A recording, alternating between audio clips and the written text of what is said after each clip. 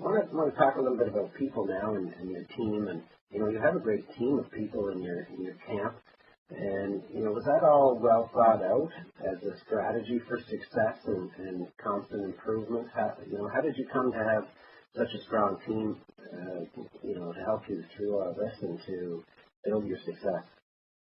So it certainly was a thought out specific plan to have a team of people who are equipped and the best in their particular disciplines to help me out. The individuals who comprise my team certainly came about in different fashions, where I got them, how I got them. But it's interesting. We've got a lot of Canadian content. I'm just actually thinking about it now. Between I'll run down a few of them. Is my swing coach Sean Foley, my rental coach Paul Dewey, my caddy Julian Trudeau, my strength coach Craig Davies, and my college golf coach Rick Todd are all Canadians.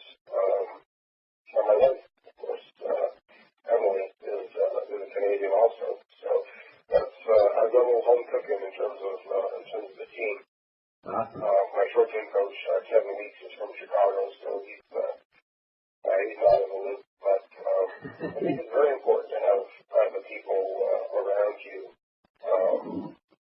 that you trust them and that you feel that they are able to handle the task with which that you put on them. And I certainly feel like I have that in my team. Yeah, that's great. I think it's really important to, I don't want to say recognize, but some people in the early stages in their career think they can sort of do it on their own, or maybe they don't need help, or I think it's a really critical piece, and you've got quite an exceptional team to help you out on many different aspects of your game in different areas, and that's proven to be successful for you as well. So good on you. Aside from your coaching team, do you feel that other people that you surround yourself with have an influence on your game as well? That success breeds success, and avoiding negative people, is that part of what you do as well? Absolutely. I think there's a balance that needs to be struck between obviously the people you surround yourself with being people you like, being people you enjoy, and you get on well with and you trust. And then, but also there's a matter of you need to be smart about not kind of poisoning your environment, which might be a little bit of an extreme it's the way to say it, but being surrounded by people who exude excellence or who at least strive for that in that pursuit certainly affects how you go about things. And it's almost like you asked that MLB question earlier. I was talking about how you talk to yourself and how you relate situations, in your mind. That goes external to the people around you, how they react to things, how they mirror you back to yourself, and how you interact with them. It's certainly going to mold who you are and what you do. Yeah. No, I think there's a lot to be said for who you surround yourself with, and I think that there's a saying that you become most like the people that you hang out with the most, and I think that has quite an influence on people's success, whether they know it consciously or not, and I think it sounds to me like you've surrounded yourself with successful people with similar motivation and interest and work ethic. So I think that's a piece of the puzzle as well that can contribute to your success and help you move forward. Right, and I think luckily a lot of the successful people I've surrounded myself with, we get on very well in a social manner as well. you came together very organically, which is always nice. Yeah, that's great. Speaking of people as well, how do you use role models to improve your game? And is there a mental element to that, or is it just physical, where you're trying to, maybe copy somebody or use a strategy that someone uses for maybe short game, or I'm just wondering if there's a physical or a mental element to that. Right. I think there can be both. In terms of golf role modeling, I look more at individually, if it's a technical aspect, if you want to talk about the McDonald or Steve Stricker and their ability to score, their short irons and wedge play. That's probably easier than trying to get it like Dustin Johnson, because not everybody has that ability. But certainly, if I'm trying to improve a certain aspect of my game, I look at 125-yard wedge shot. I'll look at Steve Stricker. Role modeling, I'm not going to try and swing it necessarily like Steve Stricker, but I'm certainly going to analyze why he's so good at what he does, why he is better than me at that aspect of the game, and what can I learn from that, and how can I implement it if possible into my own game. So role modeling in that way, I think, certainly helps having someone to exemplify what you're looking to do. With the Steve Stricker in your example there, would you ever, ask them what their thought process is on those short game shots or those 125-yard wedge shots as your example with Steve Stricker, or would you kind of just look at that? Yeah, okay. Yeah.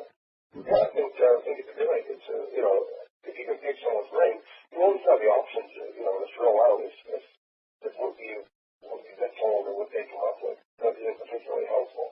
There's always that option to throw that out the window and in another direction. So I think information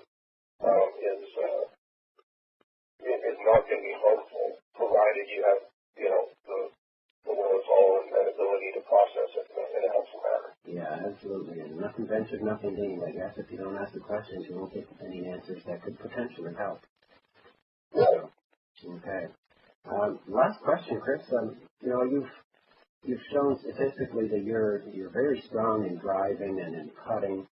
I'm just wondering, is there anything from a mental perspective that you do there that gives you a competitive advantage, or is it something you're just very confident in? You've found some putters or clubs or drivers that you really like. Is there anything there that's kind of made the difference for you, that's made you so strong in those areas? I'm not entirely sure if there is one particular thing that influences that. I mean, from the driving aspect, I try and keep myself in fairly decent shape and, fairly strong in terms of being able to execute a powerful golf swing, which helps there, certainly, generating power without kind of redlining the engine. And putting, it's the one most important part of the game in my mind. I think in most people's minds. So I spent a ton of time on that, probably more than any other aspect, and I'm very confident in my abilities there, and in the teachings and helpful insights of Kevin Weeks, who's my putting coach. And like anything, I think you have a little bit of success and it kind of snowballs, like we talked about before. I think, you start to view, once you putt well, you view yourself as a good putter. And once you view yourself as a good putter, probably it's more good putting. And I don't think that hurts, certainly, is, seeing the ball go in, probably makes it going more. Absolutely, yeah. I think I heard a little bit of self-talk in there for sure, and I think that does have an influence, and it's kind of the chicken or the egg too, which comes first, but you could certainly, talk yourself into, elevating your game, and that's great feedback. Well, Chris, it's been great chatting with you tonight, and I really appreciate your comments on the mental side of the game and what made you successful in golf and playing on a nationwide tour and PGA tour. Really enjoyed our discussion tonight, and wondering if you have any final word for our listeners today. Well, not much in terms of, I think we covered pretty much everything, but I've enjoyed being here, enjoyed talking to you. I think it's important that, the guys, folks listening and, get as good information as they can out of us, and I've been happy to provide what I can. Hopefully some of it helps. My Canadian large team, they can, certainly learn something from all of them as well if they have opportunities to read or listen to some of the stuff from Sean, from Craig Davies, and from Paul Doolin. They've got a bunch of publications that they can, the listeners can find if they're willing to dig a hole. So all the information that I have is out there somewhere. Yeah, well, I think that's pretty good advice. A lot of people probably, maybe envious is the right word, but think that they can't get access to a Sean Foley maybe or some of these top instructors, but certainly they do have information available out there in the cyberspace and the web space, and can be valuable and available as well. So.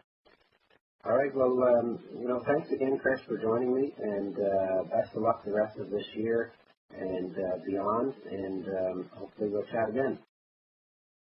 All right. Thanks, brother. Appreciate the time and enjoy it. Okay. Thank you.